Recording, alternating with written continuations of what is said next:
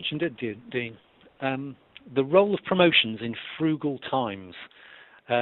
What I thought we would focus on today is really what to do with promotions and what the way forward is with promotions. Now, as Dean said, the session's based upon a recent publication by SymphonyIRI called Pricing and Promotion in Europe. And I will refer to that as we go through, and a number of the data charts that particularly set the context are charts that are derived from that report. But it's perhaps worth me explaining as we go in the basis for what we're going to talk about today. It's based actually on two sources. So most people in the industry will know about SymphonyIRI from our retail panel, and the fact that we collect retail data from the retailers across the 7 major European economies and use that to identify trends and movements in at the detailed level within categories. It's basically a full read of what is going on within the grocery market. And a lot of the data that I'm going to use this afternoon is about the trends that are derived over the last 12 months from that data source published in that report that I mentioned. But a second source of insight and data is the fact that as a consulting operation, we work on price and promotions with many different firms, both retailers and manufacturers all over Europe.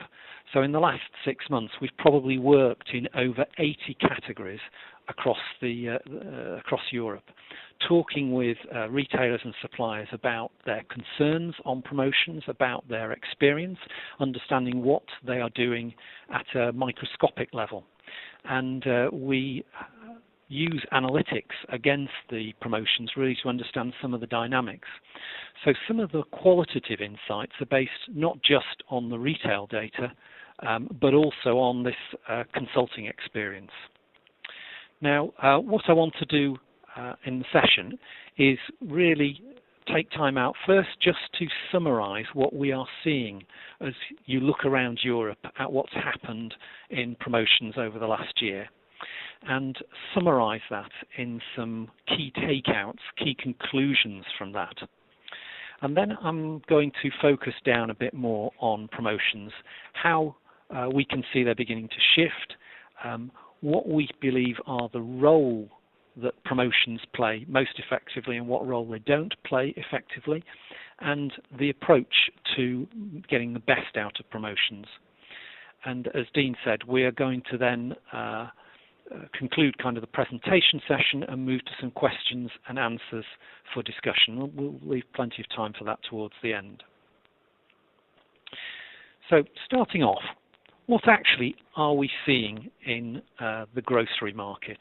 Now, this is really just a slide which gives you some context on what we're seeing with grocery sales volumes across Europe. So you can see it's the percentage change in food and non-food by country across Europe, with the total for Europe in terms of percentage movements on the bar on the far left. And what you see is a picture of economic stress really right across Europe. Whilst you've got a bit of positive movement in volume terms in terms of food, so up just under 1% through the last 12 months, if you move to the non-food areas, so things like household care, personal care, and pet care, they've actually declined in volume. And certain markets, so you look perhaps particularly at the UK or Greece, Italy or the Netherlands, you're seeing some significant fall away in the volume on non-food. And that's real evidence of everything that you would expect as we enter what is, believe it or not, the 5th year of economic distress in Europe. And at the same time, one where I don't think anybody, either experts or the man in the street, see real progress or signs of change in the future.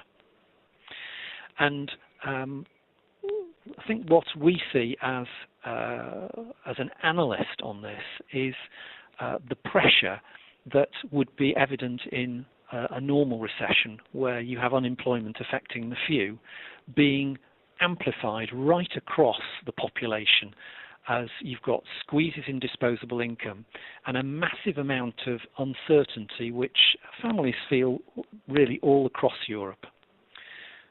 But what you also see in the chart is you see a very localized response. Whilst many people think about Europe as a bloc, in practice, even amongst the big economies, you're seeing a very different picture country by country in terms of what's happening in the grocery market. And it's a picture that you can also see varies incredibly by category. There isn't any consistency, and it's one of the themes that I'll return to as we go through today, the fact that promotions and indeed the dynamics of the market still remain very local. Whilst there's a lot of environmental factors that drive them, the response is often very local. But what you do have is, in effect, a standstill market where value growth in the market is largely being driven by price increases or population growth, not being driven by volume. And you can see that the essential nature of food is actually protecting it better in this squeeze than the non-food area. But even there, it's still very challenging. As I put at the bottom, you do have to eat, but do you still have to clean? Now that gives you the context in terms of volume. What I want to do is just also paint a little bit more context on what's happening in terms of value. And what you have got here is the value growth across Europe, which is summarized in these bars. And that's by country. Again, total Europe is on the left, and giving you within the countries what's contributing to the overall value growth that you're seeing there. So you're seeing, something approaching 4% growth across Europe against the volume picture that I've just shown. But you can see again, whilst it's a little bit more even as a picture across Europe, you're still seeing some differences, and they're not just the Southern European, Northern European differences that you might see or expect from economic pressures. The increase in value reflects not just the percentage growth of the categories, but also their absolute size. So a small percentage growth in a category of a very big size still ends up contributing more than a fast growth of a much smaller category. But the big drivers are very interesting, but perhaps not typically what you would expect. So you can see in the overall growth the importance of the food elements, both fresh and chilled and ambient foods, and also non-alcoholic drinks.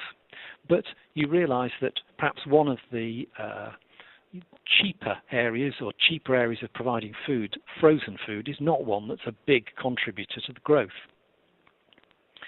In volume terms, actually what is happening is even perhaps more surprising. The volume is coming particularly from chilled and fresh foods and non-alcoholic drinks.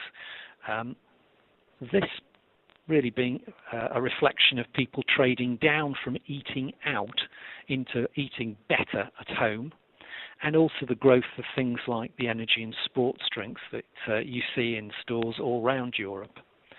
So you see some of the factors that have been present in the market for many years in terms of the sort of growth towards convenience and some of the underlying trends on fresh still playing out as we go through these difficult times, and actually impacting at the category level. And that also, from my point of view, provides an indication that even where you've got a universal position of stress, it doesn't mean that there is no opportunity. There are opportunities even within that. Anyway, moving on to look more particularly at promotions within this environment. Now what we're looking at here, I've put two charts in. The first one at the top is the percentage change in prices, and the one at the bottom is the percentage change in promotional volumes, the amount of product that is actually being sold on deal. And again, you're seeing no pattern to these promotional levels when you look across Europe. very, very different pictures emerge. So if you were in Germany, you're seeing in the non-food area that prices have gone down a bit and promotions have gone down substantially. Whereas if you were to move across the Netherlands, you've seen prices go up a bit, but promotions still move down a bit. Same in France. So it's not even that you can look at what's happening on price levels overall and inflation and say, well, the growth or decline of promotions is related to what's happening to prices. It again reflects a really very local picture, and the local nature of trends on both is right down within the country and category specific, reflecting drivers like the price of raw materials, the retail structure and the culture of the country, and the overall competitive pressure that is being felt, particularly at the retail level, but actually also within the category at the supplier level. Now, in addition, and these are the figures that you see towards the bottom of the slide, there are actually amazing differences in the absolute level of volumes on deal across Europe. So you've got a picture which has a country like Germany with a very low percentage of products being sold on promotion, something like 12% across the categories and chains that we looked at in the study, versus a picture in the UK where you've got more than half of all product volume being sold on deals at 56%. And if you combine both those levels and the sort of changes that you see in the different countries, you can realise how difficult it often is to talk more generally about what's happening on promotions, because it ends up being very, very localised. Overall, there has been a slight fall in the level of promotions at the European level. And so people might see that as an easing of pressure in the market, but I don't think it is. It masks incredibly wide variation between countries, and it also conceals some of the changes going on within different categories of the dynamics of the market. So it's not really a reflection of an even and stable market. I think it's a reflection of the pressure that is going on. Rod, speaking of those wide variations, for our international listeners, are you able just to outline why you think the promotional activity in the UK is so high, certainly in comparison to the rest of the markets there? Well, I'll do my best. I don't think there is a clear-cut answer. It's obviously one of the highest levels of promotion in the world. If you were to move to the States, even the States isn't quite at that level on our data. And I think there are probably a number of factors that are contributing to that, but none of them are specifically unique to the UK. So it's probably the combination of them that makes the difference. Firstly, you've got a very concentrated core grocery market. So you've got 4 big grocery chains that are serving effectively 2/3 to 3/4 of the market, and that's happening in what is quite a small geographic area. So it's putting a lot of pressure on head-to-head competition. And I think that therefore makes the rivalry that takes place within the industry, and that particularly in terms of price, makes that extremely high. And it's accentuated by a couple of other factors. So online growth has been strong in the UK. It's 4% of the market's now online, and that boosts price transparency, particularly when the retailers, because of their high share, have been pressured not to price gouge regionally where they have perhaps local monopolies. So they're largely operating on a national pricing scheme. And that means, again, prices are pretty transparent. They're very even. It makes that very difficult. I think additionally then you add a store portfolio that's based around large space superstores, and I think that also means that the chains need to excite people to get them in through the door, and that makes a move towards a high-low strategy rather than a sort of everyday price strategy, more likely. And as has been found in other bits of research, where you get that kind of trigger and it happens to one or two chains, most of the retailers tend to follow the same approach to pricing, ironically. So where you tend to get high-low established, most people tend to go to high-low as opposed to EDLP. So I think it's a reflection of the oligopoly that exists at the retail level, a reflection of the nature of competition. Don't think it's unique, I'm sure, to the UK, but I think the factors are all there, and that has pushed promotion up. It's jumped by 30% or so since 2007, 2008. It's so it has jumped up enormously. But even before we entered this time of economic stress, it was still quite high relative to other countries. Moving on, that gives you the picture by country. I also wanted just to give you a picture of promotion by category. So here are the sort of mega categories that make up the analysis that we looked at in the report. And you've got three numbers in black against them. The one on the left is the maximum level of volume sales in that category around Europe. The one on the right, the minimum, and the one in the middle is the weighted average.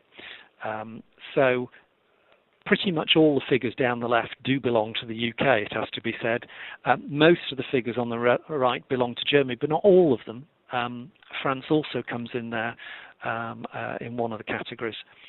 But what you see is you see very similar averages across the categories, but you see wide variation.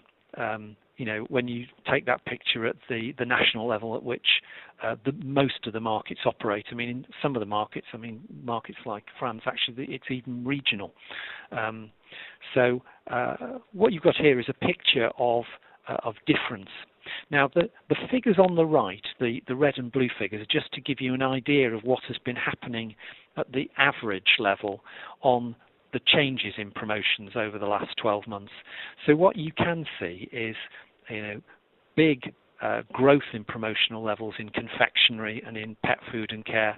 Confectionery, I suspect, probably reflects partly the fact that prices jumped enormously, a couple of years ago in the confectionery areas. Chocolate prices rose. Pet food and care, that's just been a growth from a, relatively speaking, a lower base. But what you see is you've got four categories there growing, three of them in the food area and one in the non-food, and an equivalent number going down. The picture is very, very specific and very tactical, which is one of the things that shapes some of the advice that we're going to move on to in a minute. So that gives you, I hope, a bit of a picture of what's been happening in Europe. What, to me, are the key takeouts out of this situation?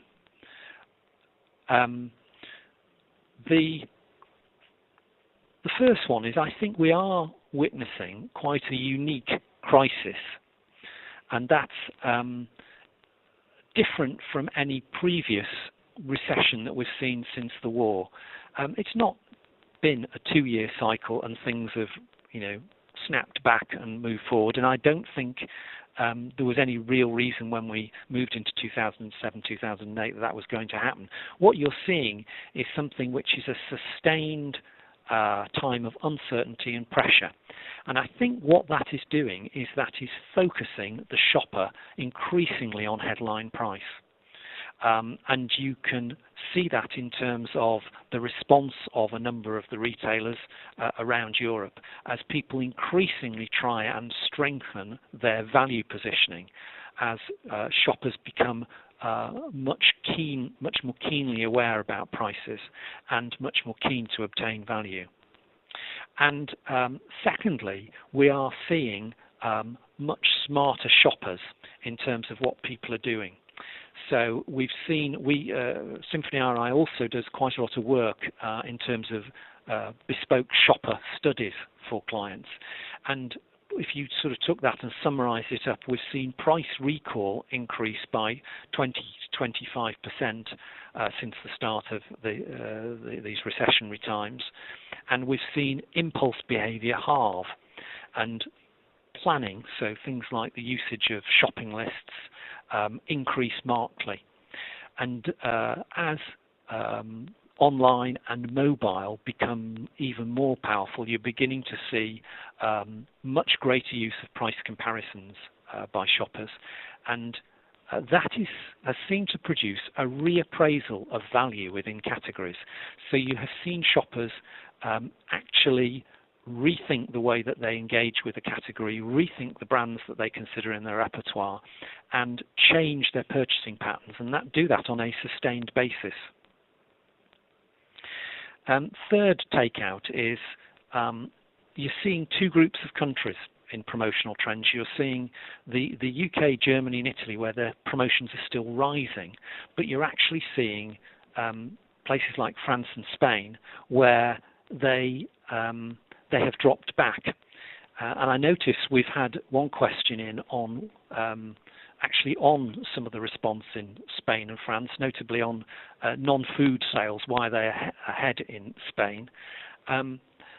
The one thing that I don't want to dip right down into it, and I'm not sure again that I provide a very accurate, detailed answer, but one of the reasons that you're seeing, I think, in Spain some things move forward is that actually, even though it's had an immense time of stress, if you were to overlay on the stuff that I have put in the earlier part of the presentation, what's happening to household income, you'd find that household income, for instance, in Spain has grown faster for those who are still employed than somewhere like the UK, which has been much more tightly squeezed. And I think, so in part, that changes some of the dynamics in the categories. Also, you'd actually need to dip down and have a look at the movement within the specific categories. That is in the Pricing and Promotion in Europe report, and it probably, if you just grab hold of a copy of that and flick to the back where the Spanish section is, it'll give you a feel for what's underlying some of that drivers, whether it's one or other area. I think one of the drivers, believe it or not, has been pet care in Spain. But you're seeing two groups of countries on promotional trends. You're seeing them rising in some countries, but you're actually seeing it fall back in Spain and France. And that, I think, is a reflection of this local impact. It's a reflection sometimes of the culture of the country.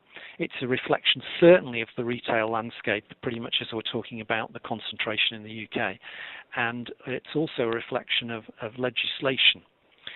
But I think it's quite interesting because if you were to go back 2 or 3 years, most people would see promotions as very much an upward-going elevator. They would see it as something which tends not to drop back. And yet here in the study, we've got an example of things in one case, in Spain, a very economically pressed situation, where they're actually falling. And so what I want to do is I just wanted to stop off, and I'm not going to actually look at Spain, but I'm going to look at France to try and give you an idea of what might be driving that fallback in promotions in these countries. So, and it gives you an idea of the granularity that you need to get a sensible explanation of what's going on. So we've seen in France a significant fallback in promotions year on year, especially in food, something like nearly 6% back. But if you go on behind that and look at what's going on, you've also seen that private label share has dipped back, and also that the hard discounter segment, which is a segment which has been growing in Europe, actually has not grown here. And both of those, despite the pressure that the French economy is under. And some of the reasons for that are things that you need to go down a level to actually understand. So private label promotion has actually fallen away as national brand promotion has increased. And what we've seen it in other economies like the UK, that as national brand promotion increases relatively to private label, it often takes share back from the private label. product. But we've also seen some moves underneath the covers in terms of promotion away from the shelf onto off-shelf displays and using combinations of leaflets and displays and things. So a move to something that I will talk about a little bit later, a move to using promotions really for one of their original purposes, which is really to shout out for attention in a category. At the same time as the retailers in France have been using the national brands in the way that retailers used to use national brands as a way of pulling shoppers into store, as a way of signalling quality, and using that to reassure shoppers about what they're putting in their basket. And there has been increasing concern that we've picked up working with businesses in France around the quality of food that's being put in the basket. There's been a suspicion around the health aspects of products coming from low-priced private labels or some of the hard discounters. And that has meant that people, particularly given the food consciousness of the culture there, has meant people haven't as readily traded down to those items. They're weighing up the value that they're getting. That's also being influenced by the desire to buy more food locally. And increasingly, I suspect, as we move into 2012, what we've observed is an increasing price war. So it'll be very interesting to see what will happen as we get to the end of this year. It's not by any means a done deal or a finished story in terms of what's happening on price and promotion. Again, you can find more details about that in the report. But what I want to do now is I want to move on to talk specifically about the change in promotions, the role that I think that they play, and the approach that I think we need to adopt to get the best out of them. So first, what shifts are we seeing in promotions? And these are a mixture of observations from the data and some observations that are based on work that we've been doing with different clients. But what I do think is that you're seeing the sustained pressure on the market start to produce some changes and start to produce a real refinement in terms of the way that shoppers, retailers and indeed suppliers are approaching promotion, which probably is very welcome given around 25 billion euros is being spent on them each year. The first is one that I referred to earlier, which is you're seeing in shoppers a quite profound and sustained change in shopping behaviour. We've described it as frugal or frugality in the title of the webinar, and I think that's true. In category after category, you are seeing them do much more planning, much more comparing, and a very careful weighing of value and waste as they think about their shop. Much more thought is going into shopping than has gone in the past. And that's showing up in what's happening in the dynamics of individual categories. Secondly, we're seeing people start to appreciate more the value of display. I've mentioned that in France, but if you'd move, you see it also in Spain, and you'd see also in some very heavily promoted categories. So, for instance, in the UK, confectionery has moved increasingly into the off-shelf area, even though 70% of chocolate is already sold on deal. And the reason that is people are starting to explore the uplift multiple that you get from display relative to being on shelf. They're starting to see that because you are drawing more people into the category than would otherwise have planned to be there, you're suffering less cannibalization of the category value and indeed of your brand value. And if you're in the right categories, you are stimulating more impulse purchases.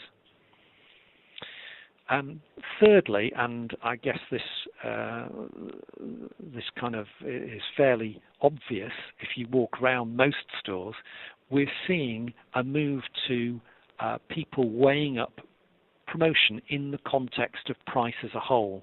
The whole area of price comparison has taken an enormous leap forward, and I expect it will carry on doing so over the next few years. So pretty much all the leading grocers in the UK are using price comparisons, some very aggressively like Asda with their whole basket comparison promising to be 10% cheaper. But you're also seeing it with French retailers, both Leclerc and Carrefour have strong programs. And the more that the mobile apps take on with the shopper, the more price comparison I think is going to become central to what shoppers are doing. And as this price comparison has grown, so has the round price point, the round euro, the round pound. And that's a reflection of the impact that retailers see when they are using that with shoppers in terms of its ease with which the shopper can interpret the value that's being given by an easy price point. And those things are areas that have built up over the last 2 or 3 years. And then finally, I think we're also beginning to see shifts in the way that price and promotion is being impacted by online. And it's not just here the growth of online sales, where products that are ordered over the net that are received at home. It's also combination plays where people are ordering mobile or online and then picking up in store or picking up through a drive-through. And there are different ways in different countries that people are doing that, but you're seeing a growth in that in many countries around Europe.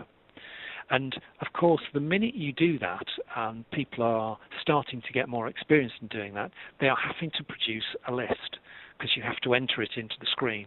And that's boosting not just online sales, it's boosting the whole area of transparency and planning. And it's promoting new promotional approaches, so online coupons, promotions that are running cross-channel, virtual gifts, offers. People are looking at new developments in the promotional area as a result. Sorry, Rod. I mean, I'd certainly like to underline that coupons have taken off here in the UK in the last sort of 6 to 8 to 12 months. Sainsbury's with their brand match price comparison scheme has seen great success in gaining share from the likes of Tesco and Asda. Tesco seems to be quite reluctantly upping its activity in coupons. The CEO Philip Clark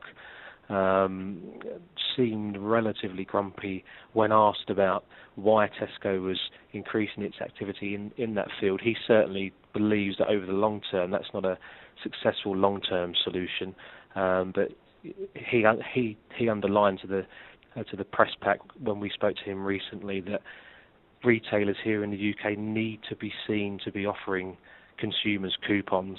Otherwise, they'll see shoppers move elsewhere.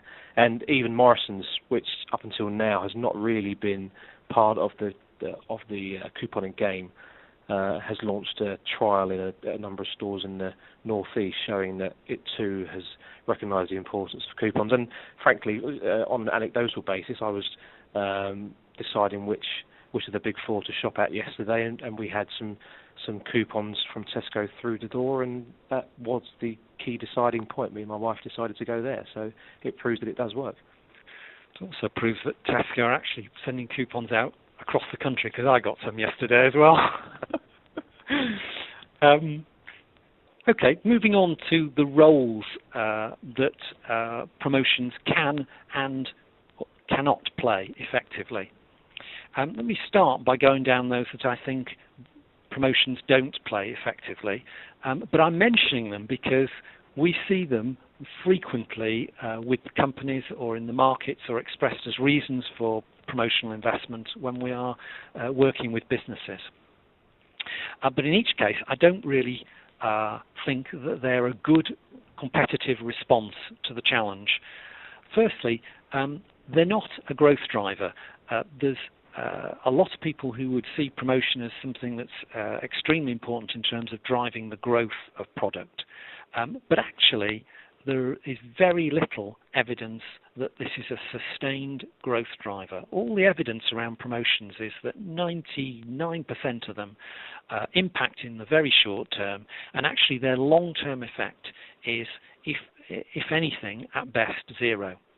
It's not something that you can use as a driver for growing your position. There has to be something fundamentally delivering more value to the shopper, and indeed, I think if you're a supplier to the retailer, than promotion to be able to drive forward in this environment. So if you're looking at a flat category, promotions are not going to be the growth driver for you to grow your share and position in that category. It's got to be something else. Secondly, it has been used by some companies, both at the retail and at the manufacturer level, as what I describe as a predatory competitive tactic, an attempt to jump up market share in a category or area at the expense of one or two other competitors. And again, there I think that's a very big, dangerous game, because what you see in categories, and you do see this, and have seen this over the last 2 or 3 years, is a vicious spiral opening up, where effectively you knock back the share on the basis of price, and the competitor responds and simply knocks down their price, and you end up in pretty much the same position in 12 months' time, but both earning less money. And that is driving the value of some categories down rather than up. I think also it's not a fix for a weakness with a brand.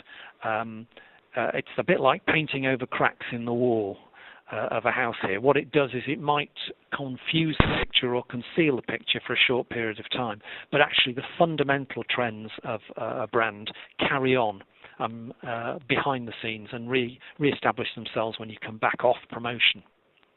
And that really flows into the next point, which is it's not a complete fix where you think you have a challenge on value in a category. So where the shopper perceives you not to be offering good value, you've got to look in a more rounded sense at what you're doing on price as a whole, what you're doing as well on promotion, but also fundamentally what you're doing on the proposition that's in offer. And I have also seen people kind of put a promotion in just for good measure. If in doubt, we're not sure that our proposition is strong enough, we'll put one in. Again, I think that's an excuse for some poor planning. Where I think promotions do play a very important role is in the items listed down at the right-hand side. So they are clearly a very important part of the joint business planning process that leading suppliers enter into with their retail partners. Understanding where and how you invest in the development of the category as a whole and the position that you play as a brand, I think they're a critical part in doing that. And firms need to give enough thought and enough weight to understanding the way that promotions work such that they can contribute to that process properly and generally get to a solution where you're adding value to what gets done going forward. And I think that's particularly important at the moment given the pressure on value.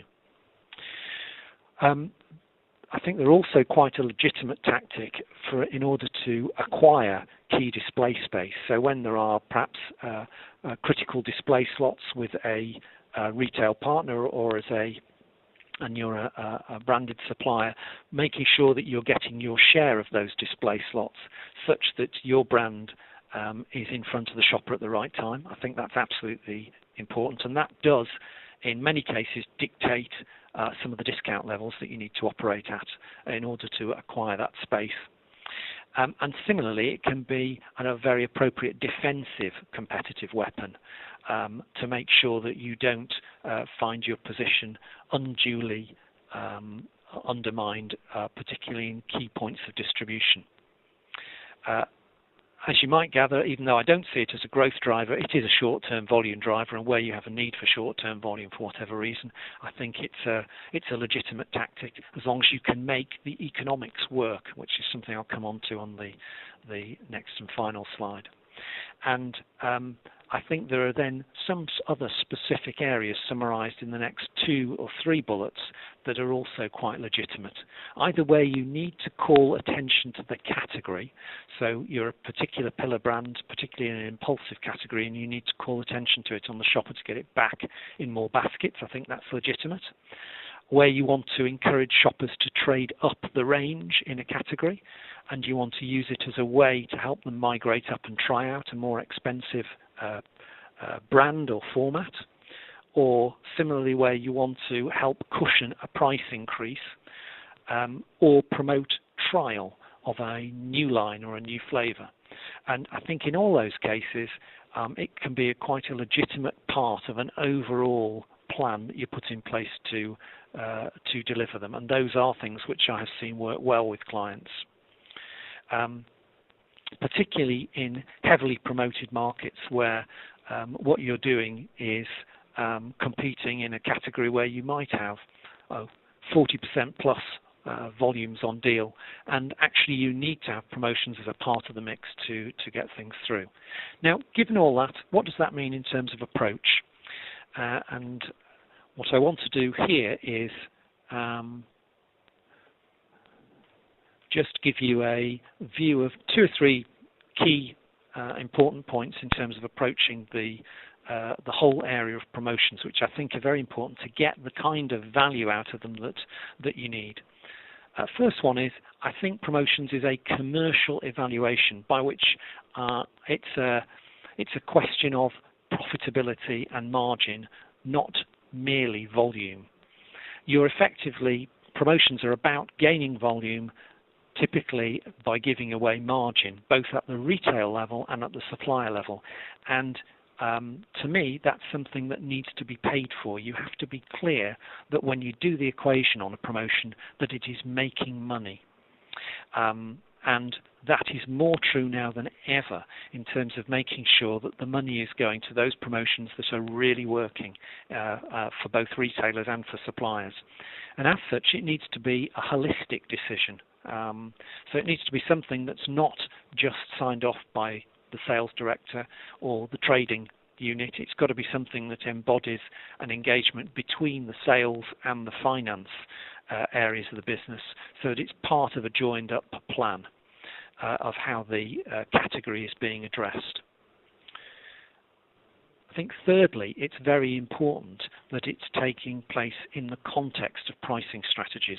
I think one of the things that we're picking up, it's to some extent when you look at some of the strategies of different retailers, but it's also in the work that we're doing with some clients, is that promotions are really a part of your pricing strategy. And there is a need, therefore, not just to budget for them in the pricing strategy, but to be very clear about how the pricing strategy is set and the role that promotions play within that. So, for instance, you're not promoting small packs such that they're cheaper than large packs of your product, and that the overall formula for short and long-term pricing works.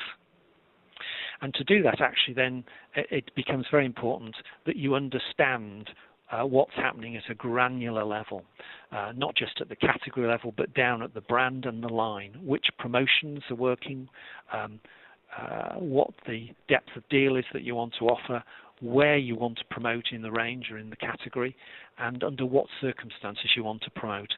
And that then enables you to move on to the next bullet, which is make sure that you're optimizing the investment that you're making, and that that's being done properly.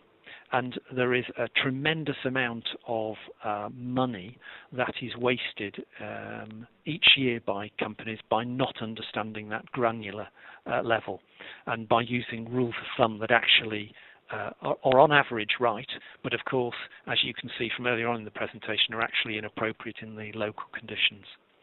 And then finally, I think it is nonetheless very important to understand the water level that you're dealing with in a category and channel. So unilateral action to say, a knee-jerk that says, well, we think promotions are too high and we need to back off or something like that, is almost certainly something that is going to cause more pain to you than to anybody else because of the volume impacts that then come out of that. So what I want to do is stop there and open the floor really to questions, and in that respect bring Dean back in so that you can pick up on any of the points that I've covered, or any questions you've got around the context of the study or other aspects of promotion, that we can raise them and see if we can answer them in the next 15 minutes or so. Thanks very much, Rod. I'd like to kick off. I've got one. Well, I've got a few key questions from the presentation, but one to start things off. Is there a danger that some brands are only bought on promotion? Is there a danger that some categories have been or are being too closely associated with promotions, and therefore over the longer term it could be difficult for brands to have success and to win over consumers at their sort of full RRP. What can brands do to try to meet that potential challenge, would you say? Well, I think what you're raising as a concern is absolutely true. I mean, my favourite example of that is petrol, which is, a product that was a branded product some 40 years ago, but actually I think most consumers treat very much as virtually a commodity. They don't worry about what gets put in the tank, and I think that is a danger in categories where you have products that are competing very much head-to-head with very little. And you can clearly exacerbate that by promoting highly in a category. It will make it a lot worse. Interestingly, I think there is a dynamic, though, in that you're seeing a lot of categories now, particularly in the UK, but not only in the UK, where 4 out of 5 purchases are being made on promotion. So, in effect, if you're in a typical store, in an average week, even a reasonably high-selling line may only sell 1 or 2 items until it goes on promotion. And so you are definitely educating the consumer to buy on promotion. In effect, the promoted price is the everyday price. All you've done is you've moved from having a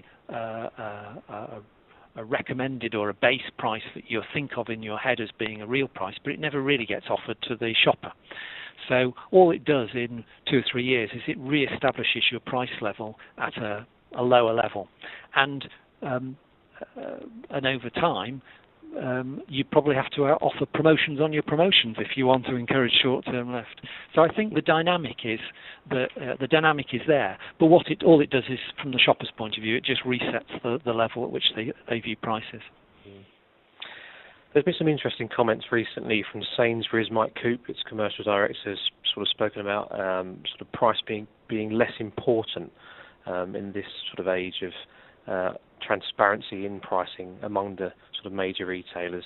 The price comparisons that consumers are able to make can make it more difficult for retailers to gain a competitive advantage. I think he was quoted recently saying that price as a point of differentiation will be an increasingly difficult position to sustain. Therefore, what he was getting at, that it will be values that will enable the likes of Sainsbury's to gain a competitive advantage on their rivals. Is that something that you would concur with, that price is not really, price is losing its power in sort of driving consumer choice? I think my answer to that is slightly skewed. The answer is basically I do agree with him, but you can only do that if you take price off the agenda. So, in other words, you've got to enable the shopper to think they are getting value. And he's obviously, I think, pleased with the way that the brand match works to take out of the equation price as a concern for shoppers who are interested in the Sainsbury values, because they feel where they actually buy something that is comparable or tradable elsewhere, then they're assured of value because of that. And I think that's a very clever strategy. So I think he's right there, but I think he's right only if you manage to find a way of, as it were, ticking the box on price. At the end of the day, people clearly choose where they shop based on not just on price, but on convenience, on range, on the offering that they get, and on the environment and the ambience of shopping. And I think what's happened in the last few years is just the accent and the concern about value has grown, and that therefore you probably find it more difficult to sustain premiums, particularly on things where people can go elsewhere. I mean, the real concern if you were to move sector to consumer electronics and music is that people showroom shops and then go and buy on the internet. And that's a reflection of people wanting absolutely everything.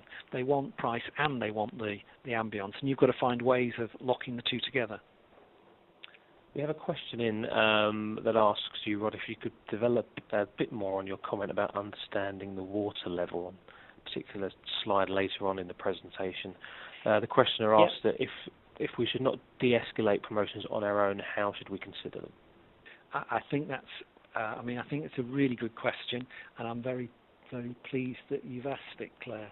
I think it is perilous to de-escalate on your own. I think the route, however, to, as it were, lowering the water level is to take that in stages. I think the challenge is that actually it takes some time to do that. But the sort of steps that I think are an important part of that are to look very carefully at what promotions are being offered on the brand, and by working out precisely what each of the promotional mechanics and the depth of discount is delivering in terms of the profitability both to yourself and what you would understand it to be doing to a retail partner if you're a supplier, using that to optimize what's on offer to make sure that your promotional events are more effective than competitive events. And in doing that, you can then follow a strategy which de-escalates, in a manner of speaking, by, for instance, shaving the deal depth.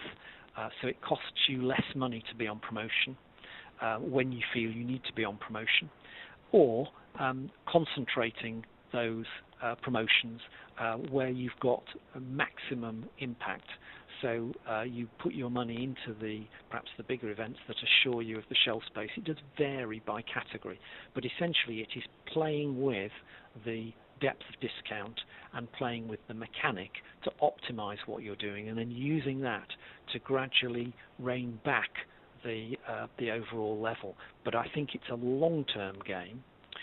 What I think is still happening in many categories, is that people will push the level of promotions up, and in doing that will often provoke a competitive response, and it's that's very important, I think, to back away from.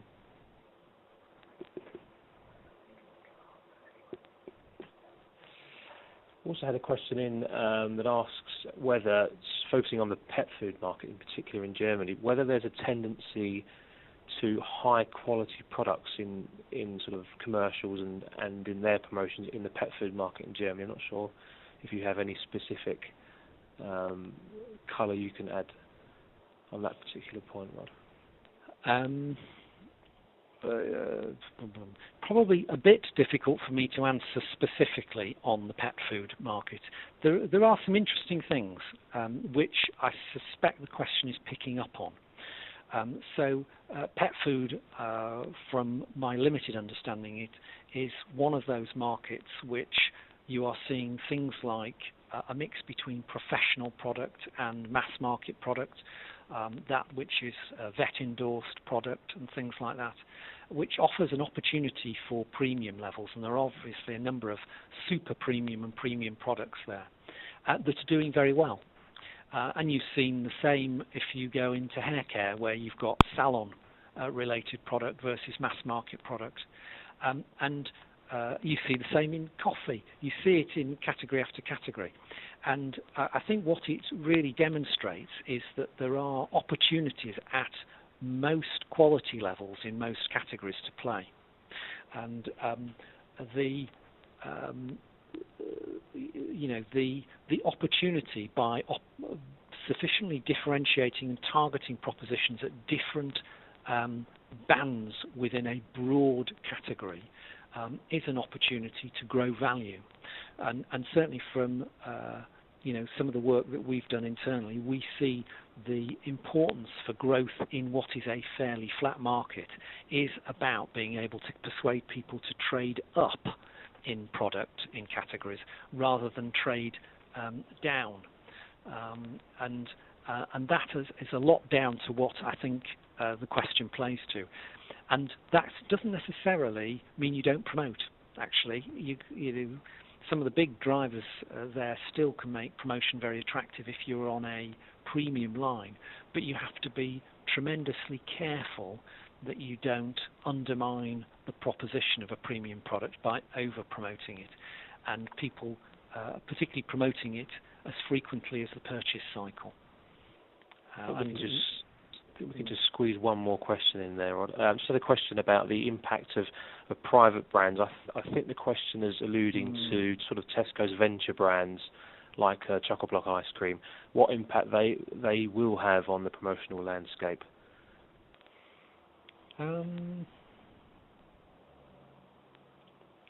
Well, it's interesting. It's quite a good, again, I think that's a really good question. The reason for introducing a venture brand like a Choco-Block is to me quite fascinating. So you see, for instance, if you were to go to Mercadona in Spain, you see them having different brands operating, which are their private label brands. Again, I think that's a bit different from, however, what Tesco have done, which is it takes you quite a while, unless you're in the industry, for you to work out that Choco-Block is a Tesco brand. It's very, very well hidden. You have to go scrolling around on the website before you find that out. And to me, what that does is it gives Tesco an opportunity to leverage the distribution and some of the underlying dimensions of value in a category to test out putting in something of a premium product in there, where they actually have complete control over the pricing of it. So, they could, if they have a supplier in place now dealing with Choco-Block and they want to replace a supplier, they could switch the supplier, they retain the brand. It gives them tremendous flexibility over what they want to do with it. That, I think, probably gives them also tremendous flexibility over what they want to do with the promotion of it.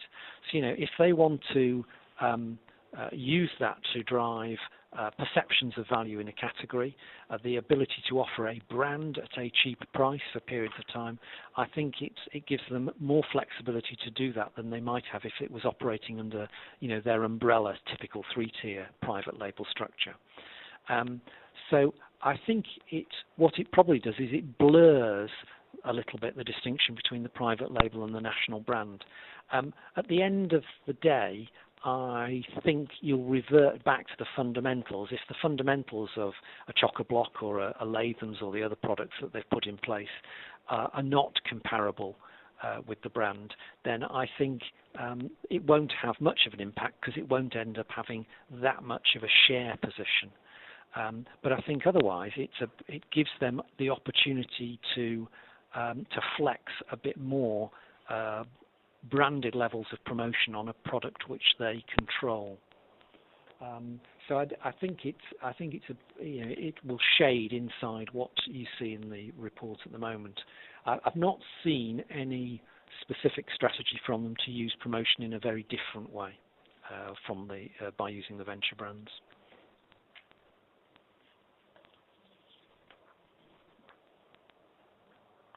Thank you very much. Unfortunately, we could go on, but unfortunately we're now past 3 o'clock here in the UK. So I just have to wrap things up here. Thank you all for attending. As always, some very good questions to supplement Rod's fantastic insight into the very tricky issue of promotions in markets in Europe. One question that we had was asking if we can get if a copy of the presentation was available. An audio-visual version of the presentation will be available on justfood.com, and within 48 hours, the team here will also email all of you a link to the recorded version of the webinar, including the Q&A session. So please check justfood.com in the coming days and weeks for more of our webinar sessions. Thanks very much.